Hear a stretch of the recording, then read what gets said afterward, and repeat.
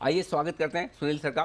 Abacus asset manager LLP के founder Sunil Singhania साहब हमारे साथ कार्यक्रम में शामिल हो रहे हैं। Sunil sir, thank you so much, धन्यवाद। विशेष इसलिए कि मतलब है ना, वो मुसीबत के समय भगवान ही याद आते हैं कि अब कुछ समझ नहीं आ रहा तो किसी ऊपर वाले के भरोसे छोड़ दो या फिर किसी अच्छे आदमी से पूछ लो कि करना क्या आज है। आज अनिल जी कोई भगवान नहीं है। नहीं आज सब नहीं परेशान। नहीं, बिल्कुल ठीक बात है। लेकिन इसलिए हमने सोचा कि आपसे रिक्वेस्ट की जाए कि इस मूड माहौल में जरा आपसे गाइडेंस लिया जाए। सबसे पहले तो लोग ये समझना चाहते हैं कि क्या हो क्या रहा है दुनिया भर में, हमारे यहाँ इस तरह की गिरावट की वजह क्या आप देख रहे हैं, पहले ये बताएं सर। तो अनिल जी, कोई भी इवेंट होने का पोस्टमार्टम करना बहुत इजी होता है। तो बाजार गिरने के बाद में हम रीजन देना बहुत ही आसान हो जाता है। तो ऑब्वियसली थोड़ा जो ये इन्फ्लेशन को लेके जो आई वुड से थोड़ा सा अनसर्टेनिटी था, वो बैक टू बैक दो इंटरेस्ट रेट हाइक हुई, एक इंडिया में 40 बेसिस पॉइंट की और एक 50 बेसिस पॉइंट की यूएस में। तब तक भी ठीक था, बट उसके बाद का जो एक वो कहते हैं ना, एक थोड़ा सा जो माहौल बना इन टर्म्स ऑफ एक्सपेक्टेशन के ये और बढ़ेगा इंटरेस्ट रेट, क्योंकि जी से की जोर से बढ़ गई। I think that was primary reason. और अगर आप मोटा मोटी देखो ना, तो अनिल जी ये बाजार कुछ बहाना ढूंढ रहा था लास्ट 6 महीने से रिएक्शन का। और इंडिया में हम हर बार देखते थे कि दुनिया भर में वीकनेस है, बट इंडियन मार्केट कोई ना कोई कारण से फिर से संभल जाता था। तो आई थिंक ये थोड़ा सा एक माहौल बन रहा था कि something has to give away. और आई थिंक लास्ट 8-10 दिन में, अप्रैल तक ठीक ठाक था, लास्ट 8-10 दिन में ब्रॉडर मार्केट्स में एक पैनिक का जो माहौल हुआ है, आई थिंक उसी के वजह से ब्रॉडर मार्केट में काफी एक deep I would say draw down देखा गया है। आई थिंक ये सब बाजार का एक माहौल है। बाजार ऊपर भी जाता है, नीचे भी आता है। ऑब्वियसली ऊपर जाने में सबको शेयर लेना रहता है। अनफॉर्चुनेट बात यह है कि जब बाजार में सेल लगता है, तब सेल में किसी को कुछ नहीं लेना होता है, सबको ऊपर के भाव में लेना होता है। तो ये इसके लिए वॉलेटिलिटी होती है। जब नीचे गिरता है तभी सबको बेचना है, जब ऊपर आता है तभी सबको लेना है। I think that is the reason why volatility is very high. तो मार्केट में आज का जो माहौल है वो थोड़ा डरा हुआ माहौल है, और उस डरे हुए माहौल में इन्वेस्टर सोचता है कि मेरे को जो बन पड़े उतना मैं थोड़ा सा कैश क्रिएट कर लूं। आई ठीक थिंक ये थोड़ा पैनिक का माहौल है। ठीक बात है। तो सुनील जी, वैसे आमतौर पर बाजार को मज़ा रिएक्शन देने का तब आता है जिसका पता ना हो। अब इन्फ्लेशन बढ़ा हुआ है, ब्याज दरें बढ़ेंगी, अमेरिका में सप्लाई भी कम होंगी, पैसे की सप्लाई भी जो है, लिक्विडिटी है वो कम होंगी, हमारे यहाँ भी वैसे ही माहौल है। ये सब चीज़ें तो पता है, पता होने के बाद क्यों गिर रहे हैं? और क्या फिर अब सब कुछ प्राइस में आ गया है या अभी भी रिस्क खतरा है नीचे का? नहीं अनिल जी, आपने सही कहा। 6 महीने से हम सबको पता है कि रशिया और यूक्रेन में भी इशू चल रहा है, तेल के भाव भी बढ़ गए हैं, थोड़ा करेंसी में भी इम्पैक्ट है, ग्लोबल मार्केट भी गिर रहे हैं। लेकिन वो बोला ना, थोड़ा सा लोकल इन्वेस्टर्स इस सब अनसर्टेनिटी का सामना कर रहे थे। और लॉजिकल था कि लॉन्ग टर्म में तो कोई प्रॉब्लम नहीं है इंडिया में।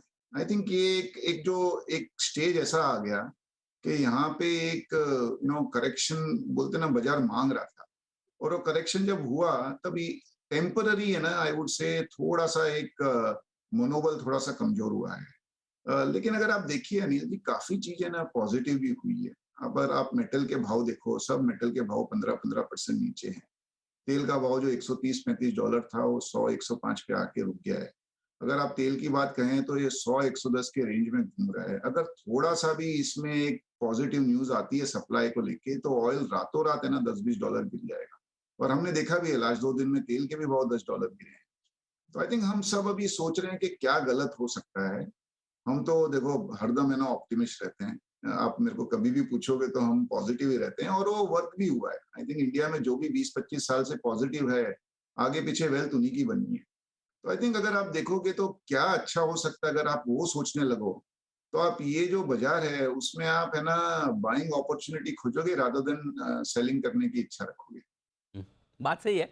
अच्छा, एक जो बड़ी चिंता हमारी कंपनियों के लिए भी रही नतीजों में, जिसकी वजह से सबके सेल्स वेल्स सब बढ़िया आ रहे हैं, बाकी सब ठीक है, मार्जिन में जाते देखते कि अरे ये क्या है अब। नहीं, मार्जिन जी जी जी। मार्जिन का इम्पैक्ट होना बहुत ही स्वाभाविक था। मार्च में भी था और जून में भी रहेगा, हम्म। क्योंकि रॉ मटेरियल के भाव जोर से बढ़े हैं, एनर्जी कॉस्ट जोर से बढ़े हैं, हम्म। लॉजिस्टिक्स में थोड़ा इश्यू है।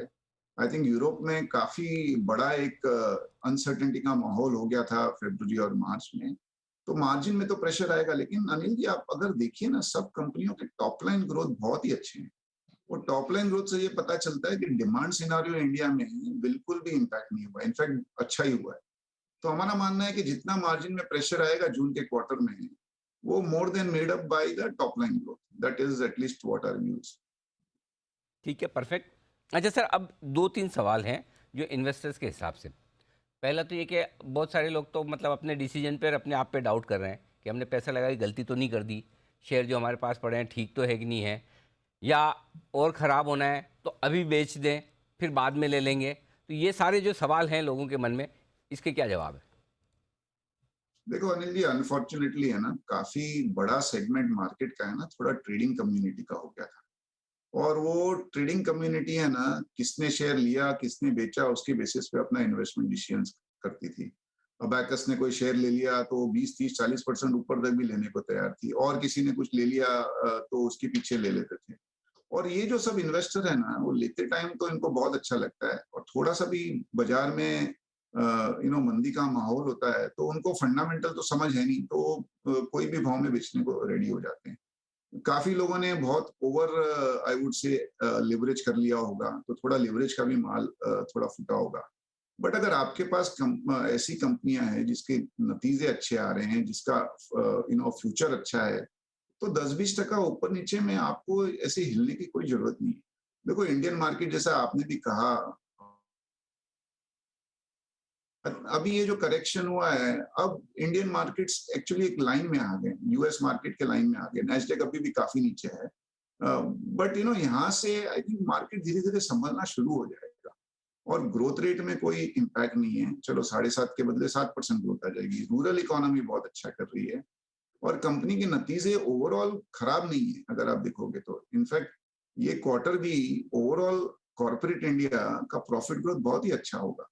तो आई थिंक अगर आपके पास ऐसे शेयर हैं जिसमें आपको समझ नहीं और आपने ऐसे ले लिया, तो आपको चिंता करने की जरूरत है। बट अगर आपके पास ऐसे शेयर हैं जो आपने सही संभल के रिसर्च करके फंडामेंटली स्ट्रॉन्ग कंपनीज है, तो 5-10% भाव ऊपर नीचे से आपका व्यू चेंज नहीं होना चाहिए। एक सवाल अब, जो नया पैसा लगा रहे हैं उनके लिए, जिनकी एसआईपीज़ हैं, वैसे तो ऐसे माहौल में रखनी चाहिए, आप हमेशा कहते हैं, फिर भी डाउट होता है कि रखें या न रखें।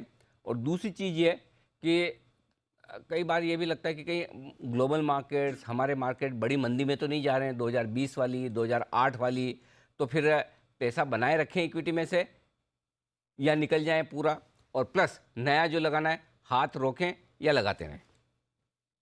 देखो अगर आप एसआईपी इन्वेस्टर हो, तो आप अभी भी आपका 1 year, 2 year, 3 year, 5 year return बहुत ही अच्छा होगा।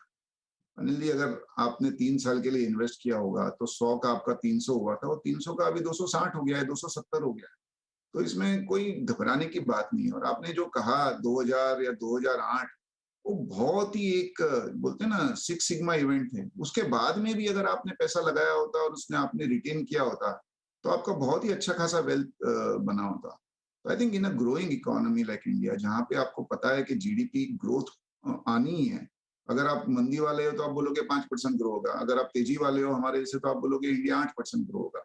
बट कोई भी ये डाउट नहीं कर सकता कि इंडिया ग्रो होगा। और अगर इंडिया ग्रो होगा तो कॉर्पोरेट प्रॉफिट ग्रो होंगे, और कॉर्पोरेट प्रॉफिट ग्रो होंगे तो over a period of time share के भाव भी बढ़ेंगे। तो आई थिंक ऐसा बड़ा कोई मंदी का कारण नहीं है। हाँ, अगर कोई न्यूक्लियर वॉर हो गया तो फिर आप जिंदा ही नहीं रहोगे, तो फिर आपके पास शेयर हैं कि बैंक एफडी है, कुछ फर्क नहीं पड़ने वाला है। बट वो एक 10 सिग्मा इवेंट है, उसको छोड़ के I think we are getting to a stage where negatives are getting more than discount. ठीक अभी बात ये है। फ्रिंज है, ये जो मूवमेंट में हो सकता है 2-5% बाजार और गिर जाए, हो सकता है बी ग्रुप 5-10% और गिर जाए, हम्म, बट उसको उससे ज्यादा एटलीस्ट हमारा तो व्यू नहीं है। इनफैक्ट हमारे पास काफी कैश था, हम लास्ट 2 दिन से बहुत ही एग्रेसिवली इन्वेस्ट कर रहे हैं, इंक्लूडिंग आज, और आगे भी चलते रहेंगे। वो कैश इसी के लिए था कि कभी मौका मिलेगा तो उसको डिप्लॉय करेंगे, हम्म, तो वो करेंगे भी। और इंडिया के जो इन्वेस्टर हैं, वेदर छोटे इन्वेस्टर या एचएनआई इन्वेस्टर, आजकल बहुत समझदार हो गए। आई थिंक इंडिया इन्वेस्टर के पास काफी कैश है, और एटलीस्ट हमारा तो ये मानना है और कॉन्फिडेंस भी है कि अच्छे शेयरों में आप देखोगे तो अगले 2-4-5 दिन में लॉन्ग टर्म इन्वेस्टर्स बहुत ही जोर से इन्वेस्ट करने आएंगे। ओके, तो ये एफआईज की बिकवाली और ग्लोबल मार्केट्स का माहौल और बड़े आईपीओ के बाद की अब तक की इतिहास की जो हमारी यादें हैं, उनको देख के डरने घबराने की ज़रूरत नहीं, शांति से बैठे रहें, ये कह रहे हैं ना? सर देखो, डर तो है ना, आप स्क्रीन के सामने बैठते हो ना, हमारे को भी 25 साल के बाद में भी डर लगता है। हम इतने वो तो डरावने भगवान ने है ना अपने को सब क्वालिटी दी है, हैं, सुनील सर। डर, खुशी, दुख। सुनील सर, हम इतने डरावने, टीवी के सामने बैठते ही डर लगता बट बट क्या डर के आगे जीत है। है। But having said that, I think देखो, थोड़ा सा भी डिसिप्लिन अगर आप रखोगे ना, I think equity market time and again ये प्रूव कर चुका है कि आपका अच्छा वेल्थ यहाँ ही बनेगा। एक ही खाली एडवाइस है, लास्ट 6-8 महीने में माहौल ऐसा हो गया था, मैं बोलूंगा 1 साल से, कि मनी मेकिंग बहुत इजी हो गया। आप कोई भी टिप लो, कोई भी टिप दो, 20%, 40% शेयर ऐसे बढ़ते थे, लोगों को लगने लग गया कि पैसा बनाना तो कितना आसान है। और वो जब होता है ना, तब लोग ओवर ट्रेड भी कर लेते हैं, थोड़ी कॉम्प्लिसेंसी भी आ जाती है। आई थिंक वही हुआ है, और वो अभी जो हो रहा है उसका करेक्शन। आई थिंक अपने सीमा में अपना जितना वेल्थ है उसके बेसिस पे आप है ना इक्विटी में इन्वेस्ट करिए, कोई ज्यादा ओवर ट्रेड मत करिए। आपको कभी भी है ना ना डरने की जरूरत है, और आपके रिटर्न भी ठीक ठाक है। बिल्कुल, और जब आप कॉन्फिडेंस दे रहे हैं तो उसकी बात का वाकई में वजन होता है और मतलब होता है। तो इस मुश्किल भरे समय में सुनील सर आपने समय निकाला, क्योंकि ये वो समय है जब आपको भी अपने पोर्टफोलियो को बहुत बारीकी से देखना है। और जब आप कह भी रहे हैं आप लगातार इस मार्केट का फ़ायदा उठाकर पैसा लगा रहे हैं, कैश में पहले से थे, तो बिजी दिन और बिजी समय शेड्यूल में से आपने थोड़ा समय निकाला हमारे लिए। बहुत बहुत धन्यवाद sir, thank you so much. Thank you. Thank you.